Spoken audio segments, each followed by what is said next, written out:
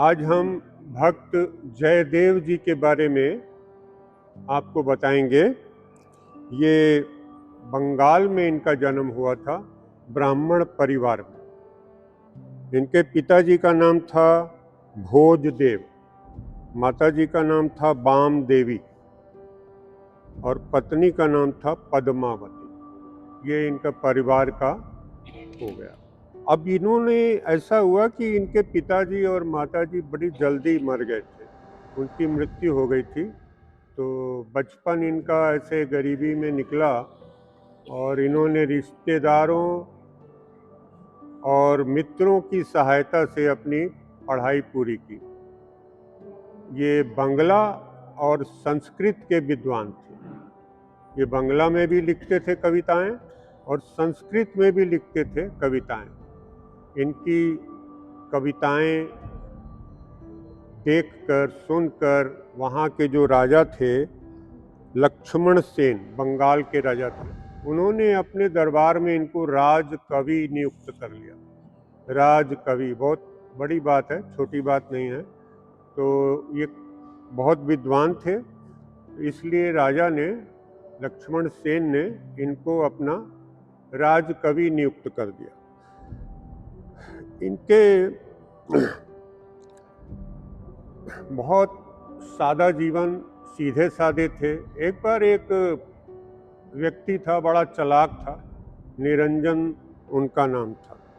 तो उन्होंने देखा कि ये सीधा साधा आदमी है। उन्होंने कहा कि तुम्हारे पिताजी ने मुझसे काफ़ी पैसा लिया हुआ था, लोन, तो वो तुम लौटा नहीं पाओगे, अपना मकान मेरे नाम लिख दो। वो खुद सत्यवादी थे, सच्चे इंसान थे। उन्होंने सोचा ये भी सच बोल रहा है। उन्होंने एक कागज पे लिख दिया कि हाँ, मैं अपना मकान इनको देता हूँ, निरंजन। उसी समय एक लड़की दौड़ती हुई आई उनके घर की, निरंजन की। उसने कहा कि हमारे घर में आग लग गई। तो ये भागे, हाथ में कागज पकड़ा हुआ था, और भागते भागते घर गए तो वहाँ आग लगी हुई थी। इनके हाथ से वो कागज छूट गया और वो भी जल गया। लोगों ने बताया इनको कि ये आदमी बड़ा बेईमान है, इसकी बात का विश्वास ना करें, आप इसको मकान ना लिख के दें। लेकिन उन्होंने कहा कि अब इसका मकान जल गया है तो ये रहेगा कहाँ। तो आधा मकान उन्होंने उसको रहने के लिए दे दिया। ये अचानक से एक दिन पंढरपुर महाराष्ट्र चले गए। पति पत्नी दोनों पंढरपुर महाराष्ट्र में एक जगह है, वहाँ चले गए। किसी को बताया नहीं। अच्छी नौकरी थी राजकवि की, वहाँ से भी छोड़ दिया और अचानक से चले गए। सब लोग देखते रहे कहाँ गए कहाँ गए। पंढरपुर महाराष्ट्र में जहाँ ये ठहरे थे वहाँ नदी बहती थी। वहीं पे इन्होंने किराए का मकान लिया और एक ग्रंथ लिखना चाहते थे और इसलिए वहाँ पे ठहरे। रोज सवेरे नदी में स्नान करते थे और उसके बाद कुछ पेज लिखते थे। इस तरह से इनका रूटीन बन गया कि रोज सवेरे जाना, नदी में नहाना और उस ग्रंथ के लिए तैयारी कर रहे थे। तो वो ग्रंथ लिख रहे थे, गीत गोविंद। भगवान कृष्ण के बहुत बड़े भक्त थे, तो गीत गोविंद नाम से इन्होंने ग्रंथ लिखा था। तो वो ग्रंथ कैसे लिख रहे थे, रोज सवेरे नदी में नहा के कुछ पेज लिखते थे। उसके बाद जब थक जाते थे तो घर जाके खाना खाते थे और खाना खा के आराम करते थे। रोज का इनका रूटीन बन गया था। तो जब ये ग्रंथ पूरा होने लगा, थोड़ा सा रह गया, 2 छंद, कहते हैं कि 2 छंद रह गए लास्ट में। तो इनको समझ में ना आए कि मैं क्या लिखूं। पूरा ग्रंथ तैयार और 2 छंद लास्ट में जो लिखना चाहते थे, जो इनके मन में था, उसका वो कविता के रूप में लिख नहीं पा रहे थे, बड़े परेशान थे। पत्नी ने पूछा, आज आप आजकल बहुत परेशान है, क्या बात? कहते पूरा ग्रंथ तैयार हो गया है, अंतिम 2 छंद जैसा मैं लिखना चाहता हूँ वो लिख नहीं पा रहा हूँ, मैं क्या करूँ समझ में नहीं आ रहा। पत्नी ने कहा, आप जाइए नहाइए, पहले नहा के फिर कोशिश कीजिए लिखने की, शायद लिखा जाए। तो ये जैसे ही गए नदी में नहाने, तुरंत वापिस आ गए। पत्नी के हिसाब से तो अभी नहाए भी नहीं होंगे, वो गए और वापिस आ गए। आकर तुरंत ग्रंथ में जो 2 छंद बाकी थे वो सुनहरी अक्षरों में लिख के जाने लगे। तो पत्नी ने कहा, खाना खा लीजिए। तो इन्होंने खाना खा लिया और उसके बाद इनका, ये जब खाना खा लेते थे तो पत्नी उसी पत्तल में खाना खाती थी, रोज का ऐसा ही रूटीन। तो ये पत्नी खाना खाने लग पड़ी तो ऊपर से वो आ गए। तो उन्होंने कहा कि जब से हमारी शादी हुई है मैंने नहीं देखा कि मुझे खाना दिए बिना ही तुम खाना खा लो। वो कहती हैं, अभी तो आप खा के गए हैं। वो कहते, मैं तो आया ही नहीं, मैं तो नहाने चला गया था और उसके बाद बैठा रहा वहाँ, मेरे से छंद 2 लिखे नहीं गए। तो अब मैं वापस आया हूँ तो देख रहा हूँ तुम खाना खा रही हो। उसने कहा, बड़ी हैरानी की बात है कि मैं तो खाना भी खिलाया आपको और उसके बाद उसी पत्तल में जैसे रोज खाती हूँ वैसे खा रही हूँ। वो समझ गए। कहते हैं, इसका मतलब कृष्ण भगवान ने स्वयं आकर मेरा रूप धारण करके और 2 छंद जो मेरे दिमाग में नहीं आ रहे थे वो छंद उन्होंने लिख दिए। इसका मतलब भगवान आए थे। पत्नी भी बड़ी हैरान हुई, कहती मैं भी सोच रही हूँ कि जैसे ही आप गए वैसे ही आ गए, ये कैसे हो सकता है। मगर मेरे को समझ में नहीं आया। तो 2 छंद आखिर में जो लिखे गए वो देख लीजिए, सुनहरी अक्षरों में लिखे गए, वो काली स्याही से नहीं लिखे गए, सुनहरी अक्षरों से लिखे। उन्होंने देखा तो समझ गए कि भगवान आए थे। तो उन्होंने भगवान से बात की। उन्होंने कहा, भगवान, ये 2 छंद लिखने के लिए आप आए, क्यों इतनी आपने मेहरबानी की, इतना परेशान हुए आने में? मेरे दिमाग में डाल देते, मैं खुद ही लिख देता।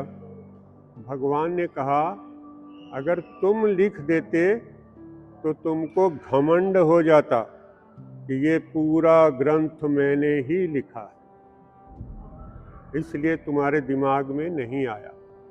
ये 2 छंद जब मैंने लिख दिए, अब तुम ये नहीं कह सकते कि पूरा ग्रंथ मैंने ही लिखा है। अब तुम ये कहोगे कि 2 छंद छोड़ के बाकी का मैंने लिखा है। 2 छंद भगवान ने ही लिखे हैं, जैसे भी लिखे गए। तो उसको समझ में आ गई बात कि मैं कभी घमंड नहीं करूँगा कि पूरा गीत गोविंद जो है वो मैंने ही लिखा है।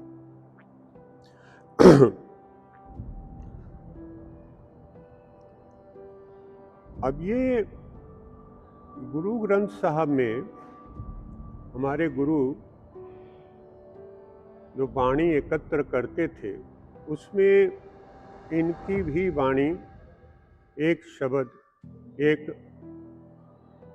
भजन इनका भी दर्ज है, संस्कृत में है।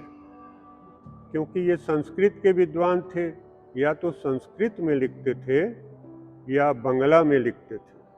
तो इनको जो संस्कृत का भजन था गुरु ग्रंथ साहब में वो लिखा गया है।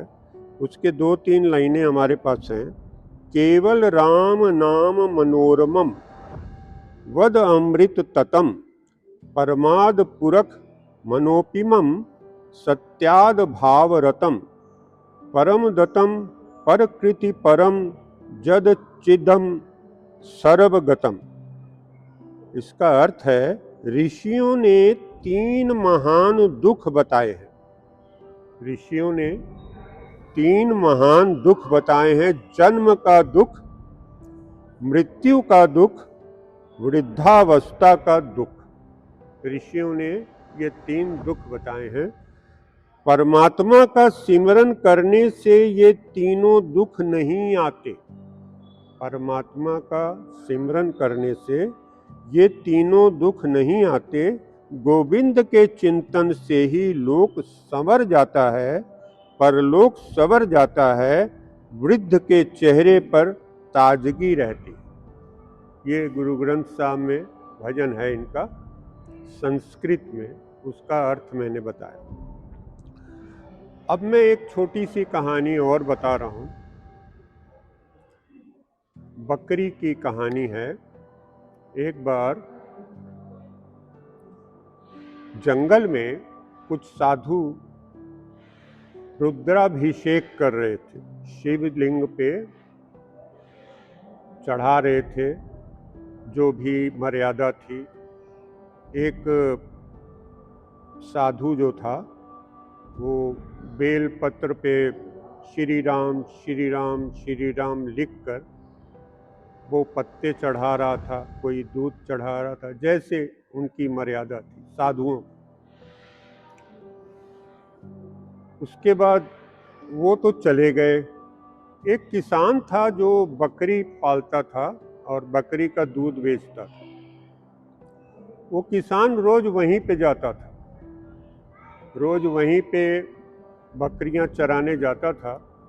एक दिन जब उसने देखा कि साधु यहाँ से होकर गए हैं, उस दिन क्या हुआ कि बकरियों ने बहुत सारे पत्ते और घास फूस सब खाया। एक बकरी ने क्या किया कि जिन पत्तों पे श्री राम लिखा था, वो वाले पत्ते एक ही बकरी खा गई। अब वो बकरी जो है मैं की जगह राम राम बोलने लग पड़ी। दूसरी बकरियों ने उसको बहुत डांटा, बहुत सींग मारे कि तुम ये क्या कर रहे हो, हम लोग तो मैं करते हैं और तुम जो है राम राम कर रही हो, ये हमारी मर्यादा नहीं है, तुम भी मैं करो। अब वो बकरी कहती है कि जब मेरे अंदर राम चला गया तो मेरी मैं निकल गई। जब मेरे अंदर